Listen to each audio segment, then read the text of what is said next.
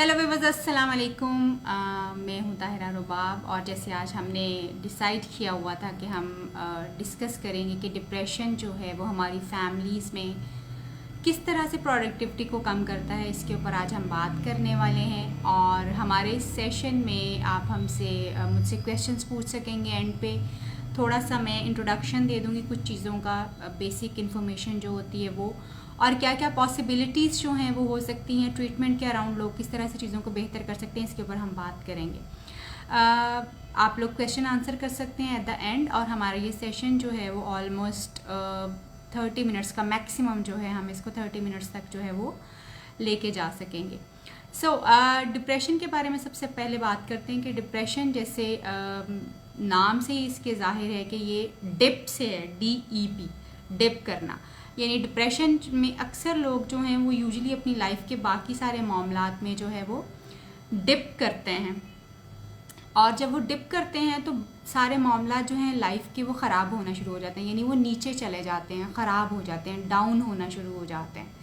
So usually लोग depression में जो हैं सिर्फ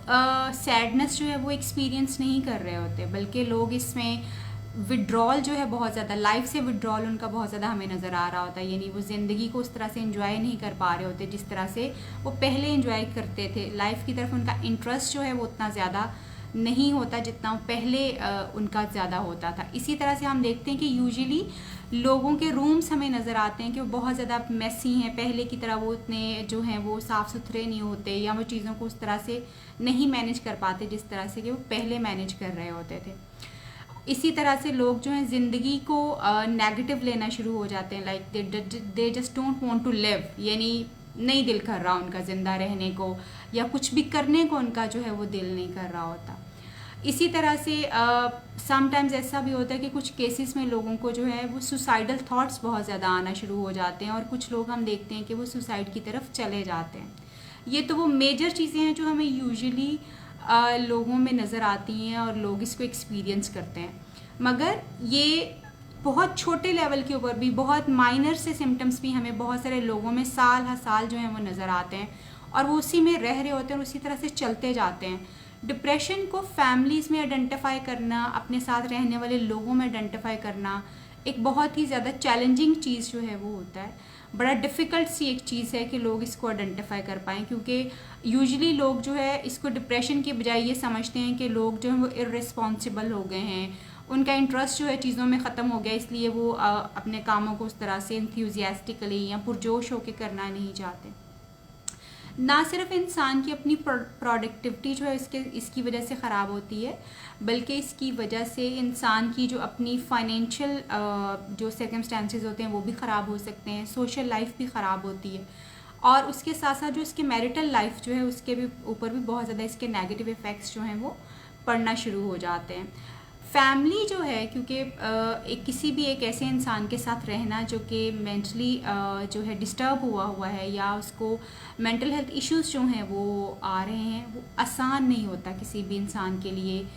या फैमिली के लिए उस चीज़ के साथ कोप करना और उस चीज़ के साथ रहना। और हम देखते हैं कि लोग जब मेंटली डिस्टर्ब लोगों के साथ, या जिन लोगों को मेंटल हेल्थ इश्यूज़ थोड़े से हो जाते हैं, उनके साथ रह रहे होते हैं, तो वो भी इरिटेटेड हो जाते हैं, बर्डन हो जाते हैं, उनके ऊपर भी रिस्पॉन्सिबिलिटीज़ जो हैं थोड़ी सी ज़्यादा ट्रांसफ़र होना शुरू हो जाती हैं, और उनमें भी इरिटेबिलिटी और समटाइम्स शेयर्ड डिप्रेशन जो है, यानी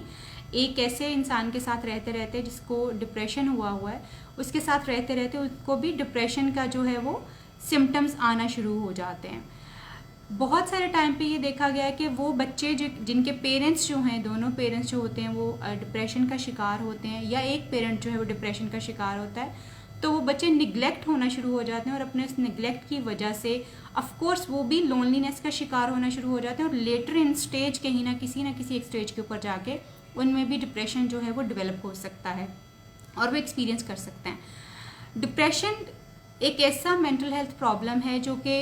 ऐसा नहीं है कि ये आपको नहीं हो सकता, मुझे नहीं हो सकता, हमारे इर्द गिर्द रहने वाले लोगों को नहीं हो सकता, ये किसी को भी हो सकता है। और इसकी 2 रीज़न्स जो हैं जिसकी वजह से ये हो सकता है, उसमें से सबसे मेजर रीज़न जो इसकी है वो ये है कि मेंटल हेल्थ प्रॉब्लम सारे जो हैं वो जेनेटिकली ट्रांसफ़र होते हैं।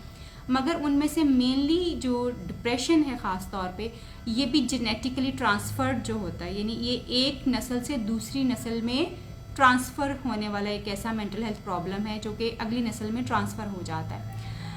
मगर इसमें इन्वायरमेंटल फैक्टर्स जो हैं वो भी बहुत अहम किरदार जो है अपना अदा करते हैं। यानी अगर खुदा न खास्ता किसी का कोई लॉस हो चुका हुआ है, किसी का लव ब्रेकअप हो चुका हुआ है, मैरिज ख़राब हो चुकी है, फाइनेंशियल लॉस है, कोई रिलेशनशिप बहुत ज़्यादा ख़राब हुआ है, कोई डेथ उसको फेस करना पड़ गई है, तो ये वो सारे रीज़न्स होते हैं जिसकी वजह से इंसान जो है वो डिप्रेशन का शिकार हो जाता है। यूजुअली आप और मैं और वो लोग जिनको मेंटल हेल्थ का प्रॉब्लम नहीं होता या डिप्रेशन का प्रॉब्लम नहीं होता, वो दिन के बहुत सारे दिन, एक ही दिन में डिफरेंट किस्म के जो मूड है उनको एक्सपीरियंस करते हैं। लाइक वो सुबह के वक्त खुश होंगे, मे बी दोपहर में कहीं थोड़े बहुत सैड हो जाएं और शाम को फिर से उनका मूड जो है वो नॉर्मल होना शुरू हो जाता है। या मे बी कहीं पे वो दिन के वक्त जो है वो सुबह के वक्त सैड हों, दिन में वो थोड़ा सा बेहतर हो जाते हैं और फिर शाम में थोड़ा सा नॉर्मल सा उनका मूड जो है वो होता है। बट वो लोग जो कि डिप्रेशन का शिकार होते हैं, जिनको मेंटल हेल्थ प्रॉब्लम या मूड का कोई मसला जो वो हो जाता है, वो मसलसल एक ही कैफियत में रहते हैं। और वो मसलसल एक ही कैफियत जो है उनकी वो ये होती है कि उनको डिप्रेशन, सैडनेस जो है उनकी हमेशा उनके साथ रहती है। काम ना करने को दिल करना उनका हमेशा से यही मूड रहता है। बिस्तर से वो उठना नहीं चाह रहे होते और ना ही वो लोगों से मिलना चाहते हैं, क्योंकि उनका दिल नहीं करता इस चीज़ को करने के लिए। ये वो छोटे छोटे से और बड़े प्रोमिनेंट से जो हैं सिम्टम्स हमें लोगों के बिहेवियर्स में चेंज आते हैं। बेसिकली क्योंकि ये बिहेवियरल चेंजेस इतने ज़्यादा होते हैं और लोगों को बज़ाहिर ये लगता है कि इस बंदे का रवैया इस तरह से होता जा रहा है। लोग, फैमिलीज़ ख़ास तौर पे ये समझती हैं कि इसका रवैया जो है वो इस तरह का हो गया हुआ है, क्योंकि ये मसला जो है डिप्रेशन का, ये बिहेवियर से ही हमें नज़र आता है। बट एक्चुअली हमें इसके बारे में तभी पता चल सकता है कि कोई इंसान जो है क्या डिप्रेशन में से गुजर रहा है, या वो कोई सैडनेस जो है वो फील कर रहा है, या उसको क्या फ़ील हो रहा है। इसके बारे में हम सिर्फ उस वक्त जान सकते हैं जब हम उस इंसान से सवाल करें, या वो हमसे अपनी फीलिंग्स वगैरह को शेयर करे और हमें बताए कि वो उसके दिमाग में क्या चल रहा है और वो महसूस कैसे कर रहा है। फिर हम समझ सकते हैं कि एक्चुअली वो ये जो उस वक्त उसके बिहेवियर हैं, जिसमें उसने ज़िंदगी के नॉर्मल मामलात की तरफ तवज्जो देना कम की हुई, एक्चुअली क्यों हो रहा है। ना सिर्फ ये होता है कि इंसान अपनी ज़िंदगी के आम डे टू डे मामलात में ख़राब हो जाता है, बल्कि बहुत सारे ऐसे लोग भी होते हैं जिनको डिप्रेशन की वजह से उनकी मैरिटल लाइफ ख़ास तौर पे जो है वो इफ़ेक्ट हो रही होती है, और उसमें भी उनको दिलचस्पी जो है वो उस तरह से नहीं रहती, और फिर ये चीज़ उनके ताल्लुक़ को और ज़्यादा जो है वो इफ़ेक्ट करना शुरू हो जाती है। डिप्रेशन सिर्फ ऐसा नहीं है कि ये एक रवैयों की नेगेटिविटी है या रवैयों में तब्दीली है, या सिर्फ एक फीलिंग्स जो हैं वो इंसान की चेंज हो गई हैं तो जी वो डिप्रेस हो गया है। हम में से अक्सर लोग हम देखते हैं कि हमारी फैमिली में बहुत सारे लोग जो हैं वो दूसरे लोगों को ये बात कहते हुए नज़र आते हैं, क्या हो गया, ये तो दूसरों के साथ भी होता है, फ़लाँ भी इस तरह के मसले में जो था वो घिरा हुआ था, मुझे भी तो फ़लाँ टाइम पे इस तरह का मसला हुआ था और मैं भी तो इससे कोप कर गया हूँ। इस तरह के जो लफ्ज़ होते हैं, इस तरह के जो बयानात होते हैं, वो दूसरों को मोटिवेट नहीं कर रहे होते, बल्कि उनको ज़्यादा डीमोटिवेट कर रहे होते हैं कि यानी वो ज़्यादा उसमें ज़्यादा डिप्रेशन में चले जाते हैं कि मेरी फैमिली जो है वो ज़्यादा परेशान हो रही है और मैं इसमें से बाहर आ ही नहीं पा रहा हूँ, और फिर मेरे अंदर वो हिम्मत ही नहीं हो पा रही कि मैं इस चीज़ों को जो है वो कोप कर पाऊँ। फैमिली जो है जब इस तरह के लफ्ज़ बोलती है तो डिप्रेशन की जो, जिसको आप कहेंगे इंटेंसिटी, वो थोड़ी सी इंक्रीज़ होती है, क्योंकि इंसान गिल्ट फील करना शुरू कर देता है कि ये मेरे से हो नहीं पा रहा, मैं क्यों नहीं इसको कर पा रहा हूँ, और मेरी फैमिली मेरी वजह से सफ़र कर रही है, मेरी वजह से परेशान हो रही है, मेरी वजह से तकलीफ़ में जो है वो जा रही है। हमें अपने इर्द गिर्द रहने वाले लोगों के लिए ख़ास तौर पे जब हम बात करें, हमें नज़र आए उनके बिहेवियर्स में चेंजेस, तो हमें इस तरह के लफ्ज़ कि मैं भी तो उस टाइम पे इस तरह की मुश्किल हालात में गुजरा था, इस तरह के अल्फाज कम से कम इस्तेमाल करने चाहिए, बल्कि हमें फ़ोकस जिस चीज़ के ऊपर ज़्यादा से ज़्यादा करने की ज़रूरत है वो ये है कि क्या बात है, कैसा महसूस कर रहे हैं, क्या रहा है, इतना डाउन किस वजह से फ़ील करें। इस तरह के थोड़े से एम्पैथेटिक वे में कुछ सवालात अगर अपने प्यारों से अगर आप करें, तो फिर वो आपसे शायद शेयर कर पाएँ कि बेसिकली इस वक्त जो कुछ भी उनके साथ हो रहा है ये उनके कंट्रोल में नहीं है, क्योंकि उनकी बॉडी में कुछ ऐसे केमिकल चेंजेस आ चुके हुए हैं जो उनके हाथ में नहीं हैं, और ये केमिकल चेंजेस एवरी डे कम हो रहे हैं या इंक्रीज़ करते जा रहे हैं, इन पे उनका कंट्रोल नहीं है। इनको मैनेज करने के लिए और इनको कंट्रोल करने के लिए उनको किसी हेल्प की ज़रूरत है, किसी गाइडेंस की ज़रूरत है, क्योंकि हम समझ नहीं पा रहे होते उस मसले को और उस तरह से, तो हम उनको हेल्प भी उस तरह से नहीं ऑफ़र कर पा रहे होते। यूजुअली जब किसी भी इंसान को इंटरवीन करने की ज़रूरत पड़ती है या हेल्प देने की ज़रूरत पड़ती है, तो बहुत ज़्यादा ज़रूरी ये होता है कि हम उस बंदे के मसले को सिर्फ सिंपल सवाल से पूछें कि क्या महसूस कर रहे हैं, क्या हो रहा है आजकल। इससे आप उसको हिम्मत दे सकते हैं ताकि वो आपसे ओपन अप हो सके। और फिर डिप्रेशन जैसे दूसरे बहुत सारे जो मामलात होते हैं उनमें ख़ास तौर पे बहुत ज़्यादा स्वेयर केसेस में हमें सिर्फ मेडिसिन जो है वो हेल्प कर सकती है, यानी मेडिसिन का लेना और उसके साथ साथ जो है फैमिली सपोर्ट का होना और एक राइट हेल्प जो है जिसको हम थेरेप्यूटिक इंटरवेंशन कहते हैं, यानी किसी साइकोलॉजिस्ट के पास जाना या किसी काउंसलर के पास जाना जो है वो बेहतर तौर पे इंसान को जो है वो हेल्प करना शुरू होता है। अगर आप ख़ुद से मैनेज करते रहेंगे, घर पे डिफरेंट तरीके के अल्फाज बोलते हुए करेंगे, क्योंकि यूजुअली लोग कहते हैं कि ये तो इसका तो रवैया आजकल ऐसा है, या आजकल बस इसी तरह की नेगेटिव बातें करके बैठा, दिल छोड़ दिया वो इसने, इस तरह की बातें कर करके आप अगले बंदे के जो है वो ज़्यादा प्रॉब्लम में डाल सकते हैं, जिसकी वजह से उसको आप चाहते हैं कि आप अपने प्यारों को हेल्प करना चाहते हैं तो सिर्फ इतना कीजिए कि एक राइट हेल्प की तरफ जो है उनको लीड करने की कोशिश करें कि वो आपकी बात को सुनते हुए किसी राइट हेल्प तक पहुंच पाएँ। और वो राइट हेल्प जो है वो वही हो सकती है जिसमें आपको प्रोफेशनल ज़्यादा बेहतर तौर पे जो है वो गाइड कर सकता है। और प्लीज़ बार बार ये कह रही हूँ कि